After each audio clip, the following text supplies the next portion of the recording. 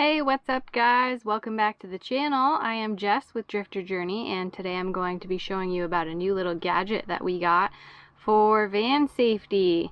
So a lot of people ask about safety on the road and how we manage staying safe. So there's a lot of different options that people can take in order to ensure your personal safety, but this one in particular is helpful because it works when we don't have cell phone coverage. So this is a Garmin inReach Mini.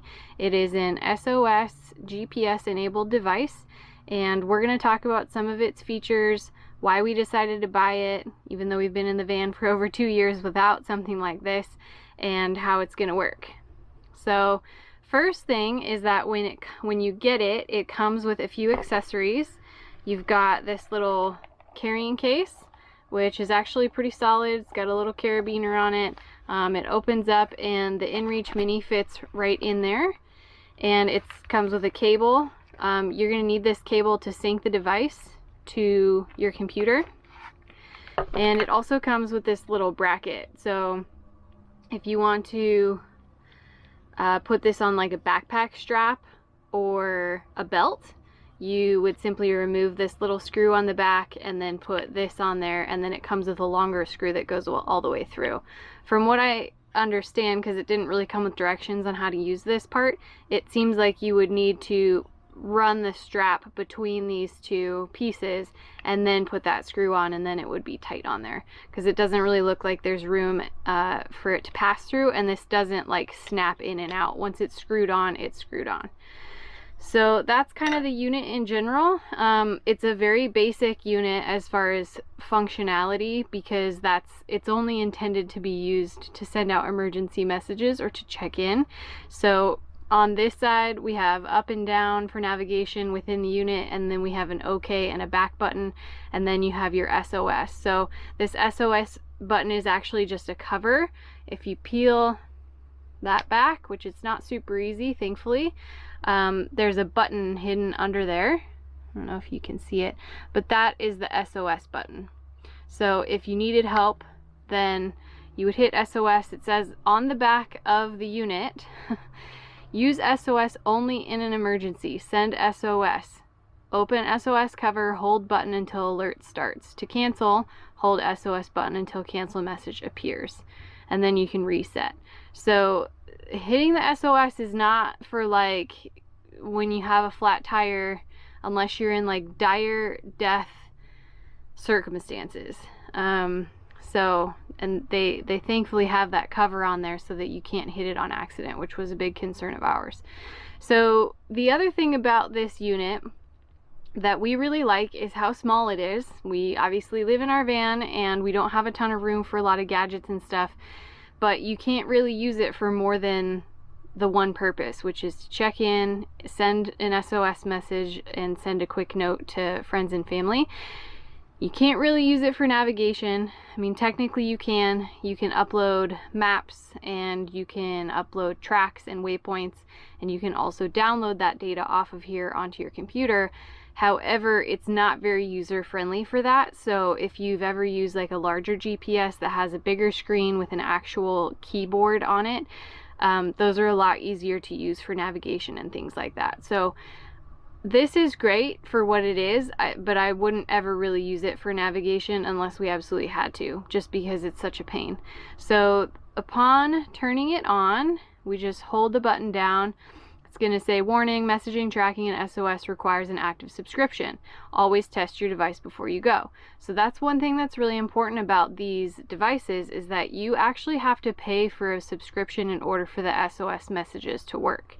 So you can't just buy the device and then have satellite coverage and have it transmitting messages. You have to have an active subscription with Garmin that you're paying for. Now they have different levels of subscriptions. There's the safety one, which is the least expensive, and then they have a couple options from there. So just kind of depends on how much you want to spend and how much coverage you think you need. Most of it is going to be dependent on how many messages you think you want to send. So we opted for the safety feature plan, and that's essentially going to give us 10 messages a month, and that's going to be a message that we either type on here or on the app. So there's an app that you can download onto your phone, and it connects to the device via Bluetooth. So you can type up a message on your phone and then send it, and this is the device that actually sends it, because it's receiving that message through your phone on Bluetooth. So you get 10 messages a month, and that's ingoing, outgoing. So technically you're only getting 5 outgoing and 5 ingoing, or vice versa. You can send 10 outgoing, but it's total messages. Now that is your text messages. You get what's called a pre-written message, and there's 3 options for pre-written messages on the website. You can edit these. So as soon as you sign up for a subscription and you pick a plan, you can edit a lot of this stuff on the online portal. So there's 3 options for pre-written messages, and those are unlimited. So for example, one of our pre-written messages says something like, I'm checking in, I'm okay. And so that's something that you could send to someone just to let them know that all is well, and that is unlimited for that message. The other nice thing about the pre-written messages is that they are synced onto this device, and they're very easy to find on here, whereas if you have a text message, you either have to type it up in here or go through your phone. So if you lose your phone or your phone is dead, then you've got a problem with that. You can only send the pre-written messages from this device. So we've customized the other messages as well. Like I want to say one is something like, we're delayed but okay, something like that. You just want to make sure that whatever you're writing is short but makes sense and doesn't use shorthand. Depending on who you're sending it to, they may or may not understand abbreviations and things like that. I think you get up to 130 characters for your pre-written messages, so there's really no reason to cut it down so short so that nobody would understand it.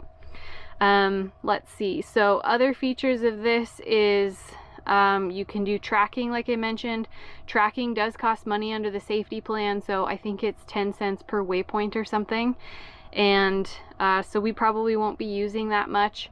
Essentially what we're going to be using this for is areas where we don't have coverage. So we are spending time in Baja where you don't have cell phone coverage. We're going to be headed up to Alaska this coming summer, and a lot of those areas won't have coverage, and it's important for us to be able to have a lifeline in case something happens. And this seemed like a good option for that because the subscription is relatively inexpensive for the safety plan. And that way we have the ability to send messages to people, we have the ability to get help if we need it, but for the most part, we're still on our own, which we're comfortable with that. So it just depends on your comfort level. If you need navigation and things like that, you may want to look for a different device. One thing I will say, when we were setting up the online portal with this device, it was not super user friendly. You have to customize your messages online on a laptop or a computer. You have an online portal that you're logging into, and you're adding your emergency contacts there. So you got to pick 2 emergency contacts. Well, you can have just one, but they give you up to 2 emergency contacts. That's where the SOS signal goes to, in addition to whatever emergency services offices are in the area that you are at the time when you hit that SOS button.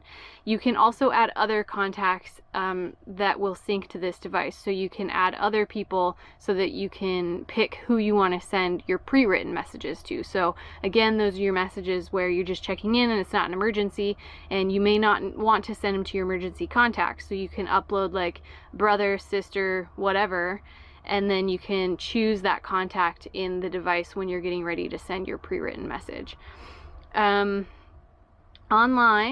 in the portal, every time you make a change, you have to plug the device in using this cable and then sync it afterwards. So this is the problem that we found when we were doing this, is that I would like type in a number and then we would sync it and we'd test it, which in order to test it, it requires that you take the unit outside because it needs a clear view of the sky to get satellite connection. So we're going in and out and in and out trying to get this figured out, and eventually we got it all synced, but it wasn't like the most straightforward and simple process. The other issue is that the Garmin app is also not great. So unfortunately, for a company that has some pretty fancy technology, their app development is lacking, and it'll work, but it seems to be a little buggy. We haven't really used it yet, like I said, but the reviews are saying that it won't sync messages to your phone if you're sending them from here and vice versa. So it would be nice to have the whole library of messages when you send them. So another thing that we like about this is anytime you send a checking in message to someone, it'll send them a link with a map location, and it'll go to that GPS waypoint from when you sent the message. So that's something that you have to enable on your online profile. It won't just do it on its own, but it is something that you can do, and that just helps with people who, even if it's sent like GPS coordinates, they may not know what to do with that information. But like for us, if we want to send every night when we're out of service, if we want to send a little message to our parents that say, hey, checking in, all is well, it'll also send them GPS coordinates and then a little link to the where we actually are. They can click that link and it'll open it up on a map browser, and then it'll show them where we are, which is really cool. Not only does it kind of track our movement, but it also helps them feel like there's a little bit more information there than just, hey, I'm okay. It's like, okay, I'm okay and I'm here. And then in which case, if they don't hear from us, but then there's still no SOS, they have like our last known point of origin, because there's always the chance that we lose this or we don't have this with us when something goes wrong. So, you know, we've established kind of a protocol with our emergency contacts where if they haven't heard from us in a set amount of time, or, you know, we know we're going to be off grid for 3 days or whatever, and then if they don't hear from us on the 4th day, then something's gone wrong and they need to look into it, and then at which point they have at least our last known location. So I think that's about it for how this thing works just in general. I'm gonna take you guys through some of the menu options and show you guys how the interface works, just so that you can understand like how simple this is and why it's not super easy to work with. Alright, so when you turn it on, it's just got this main home screen, and you can start pushing the buttons on the left in order to figure out what you want to do. It's confusing at first because this top bar is right next to the OK on the right, and so it makes it seem like that's what you're selecting, but it's whatever is highlighted in the middle of the screen. So the first option is messages, and then you can go down to mail check. It's going to tell you the last time it checked for a message. Then we have tracking, and you click OK if you want to start tracking. Like I said, I think the plan above ours is unlimited tracking, but ours is not. And then location, wait for GPS. So if I was outside and it had a clear view of the sky, it would be able to get a satellite, and then it would show me my coordinates here. And then while we were walking, it would show me my elevation. It's showing Bluetooth. It is connected to my phone right now. And then what you can do is get a weather forecast to your location. That is also not free with the plan that we purchased, but you can get that. So you can hit OK to get a forecast sent to your device, and then we're back to the main menu. So if we go to our messages and I hit OK, these are our test messages. So you can see this middle section is what I'm looking at. If I hit up, I can go to new message, and that's what you would want to hit if you're going to send a new text message, and then send preset message. So those are those pre-written messages that I mentioned. So I'm going to hit OK, and these are our pre-written messages. We've got starting my trip, I'm checking in, everything is okay, delayed but everything is okay. And if there's one that I want to send, I would just hit the OK button, and then it's going to ask me if I want to send it. I could hit OK, or I can view the details of the message, which they're going to show all of the people that we send that to. So like I said, you change these contacts in the online portal. You can't do it in the device. So that's who it's going to. That's what the text says. So I'm going to hit the back button to get back out of there. And then the other thing you can do in messages, so that's a previous message, and then that's your setup.